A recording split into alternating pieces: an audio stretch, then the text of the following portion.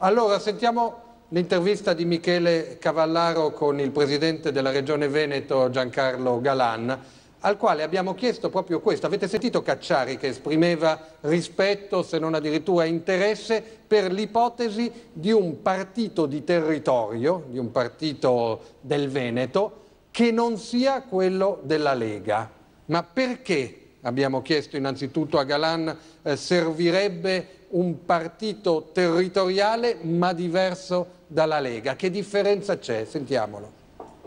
La Lega rappresenta bene gli interessi localistici e anche quelli locali, che non è sempre la stessa cosa. Li rappresenta bene indiscutibilmente, manca di rapporti internazionali. Insomma, se io avessi e rappresentassi un partito soltanto locale, soltanto regionale, quando mi trasferisco in Europa e quasi tutte le decisioni che ci riguardano vengono prese soprattutto in Europa, non conterei nulla.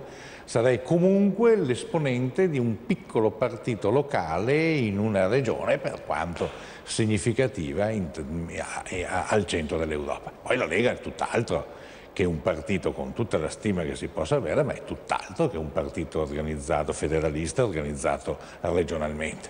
È un partito nazionale rappresentato in una parte della nazione, a mio avviso fortemente centralista, cioè ancora costruito sul vecchio modello dei partiti, quello che tutti i partiti italiani avevano mutuato, copiandolo dall'organizzazione del Partito Comunista Italiano nel dopoguerra. Ecco, io penso a qualcosa di profondamente diverso e profondamente innovativo. Lei spesso ha ripetuto di non essere interessato a un posto a Roma, lo conferma? Sì, lo confermo, non lo so, questa domanda mi mette in difficoltà onestamente, ma lo sento davvero dentro. Sarà un po' per la perdita di tempo che io trovo quando vado a Roma, per i riti, i rituali che dominano la politica romana, al contrario, così diversi da quelli che determinano i tempi delle cose che si fanno qui dalle mie parti. Qui ho la sensazione di dire una cosa e poi riuscire a farla e poi vederla anche realizzata. Là ho l'impressione che le parole cadano sempre nel vuoto, che sia talmente lento il meccanismo per costruire qualcosa che ripugna il mio modo di essere. C'è una lista di sindaci e di personalità esterne al Popolo della Libertà che sostiene la sua candidatura. Ritiene possibile costruire una sua lista autonoma?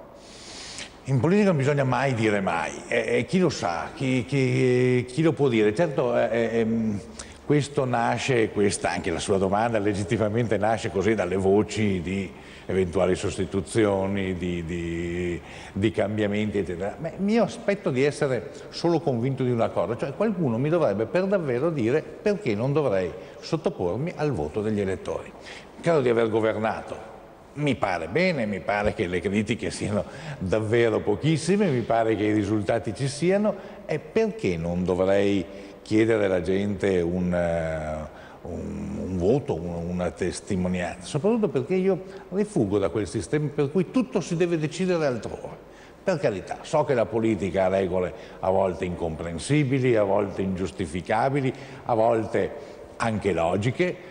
So che non sempre si può ottenere quello che forse è giusto ottenere, però io credo che per davvero chi deve decidere siano gli elettori, e nessuno mi ha spiegato perché io non dovrei presentarmi al voto degli elettori. Quindi è tutto possibile. Quindi se il centrodestra decidesse di schierare un candidato della Lega Nord, lei coglierebbe la sfida? Non lo so, ne rispondo per davvero non lo so, perché dovrebbero convincermi perché un altro e non il sottoscritto. Più chiaro di così, insomma, c'è il pregio della chiarezza, c'è una critica al centralismo della Lega, addirittura paragonato al modello del vecchio Partito Comunista.